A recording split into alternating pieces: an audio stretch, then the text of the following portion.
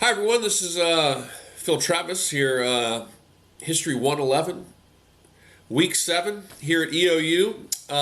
This week we will be reading from our textbook. We have really 4 chapters we're looking at, chapter 3, 4, 8, and 9. Basically what we're looking at this week is we are looking at the ancient Indus River civilization and then the emergence of Hinduism and Buddhism from the area of India and Pakistan. What is India and Pakistan today? And we're looking at the emergence of ancient China. China, of course, like the Indus River, like Mesopotamia, like Egypt, China was one of the bread baskets of the emergence of the first civilizations. So we're going to look a little bit at the ancient Yellow River civilizations in China, the early dynasties of China, the Jia, the Shang, and the Zhou. And then we're going to examine the emergence of some of the most important philosophical schools of thought in the development of ancient China. And particularly I'm referring to Confucianism, Taoism, and of course legalism.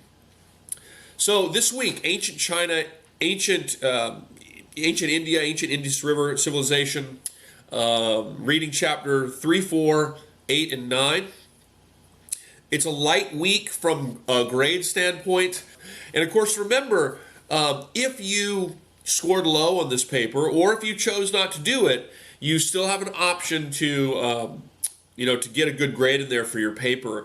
We have a second paper coming up, but it's optional. So if you aced this paper, it's probably you probably take the option of not doing the second paper.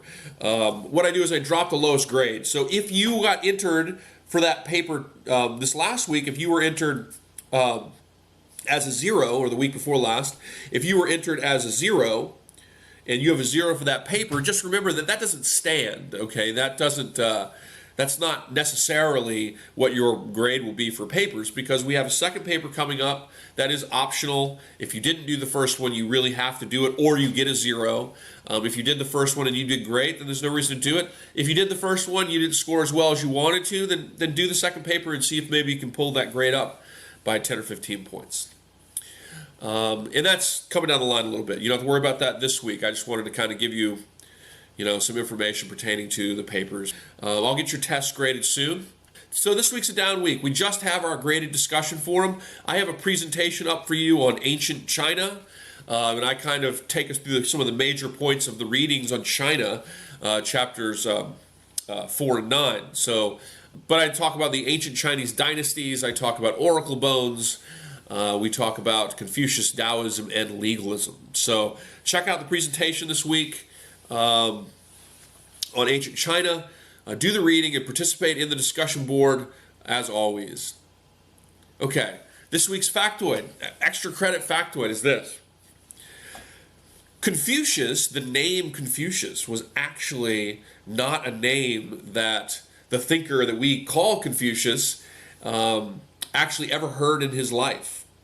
The name Confucius was an adaptation of the Portuguese, like many years later, of course, the 1400s, 1500s, 1600s, when you start to see Europeans begin to arrive for trading purposes in China, the Portuguese name Confucius becomes the accepted name for Confucius almost universally, but in reality, Confucius did not actually ever hear that name in his life. It was a Portuguese sort of rendering of the name.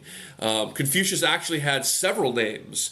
The name that he's most often used, if not Confucius, is Kung Fu Sa, which is Kung and then F-U-Z-I. But there are a number of other names, a personal name, for example, that he went by in his time, but he didn't go by Confucius. Confucius was a Portuguese iteration. And actually, since we're looking at the Indus River civilization as well this week, the caste system comes from a Portuguese word as well, casta. And so in these aspects of ancient Chinese and ancient Indian civilizations, we see that even down to the words we use oftentimes you can see the influence of European contact and European imperialism ultimately. So Confucius, never heard that word in his life. That was a Portuguese iteration of his name. And during his life, maybe he would be most known as Kung Fu Sa, the Grand Master Kung. I'm pretty sure is what the exact translation is there. Okay, guys, so email me that no later than Wednesday night, and get your extra point, and let's have a really great week. I will get those tests graded soon.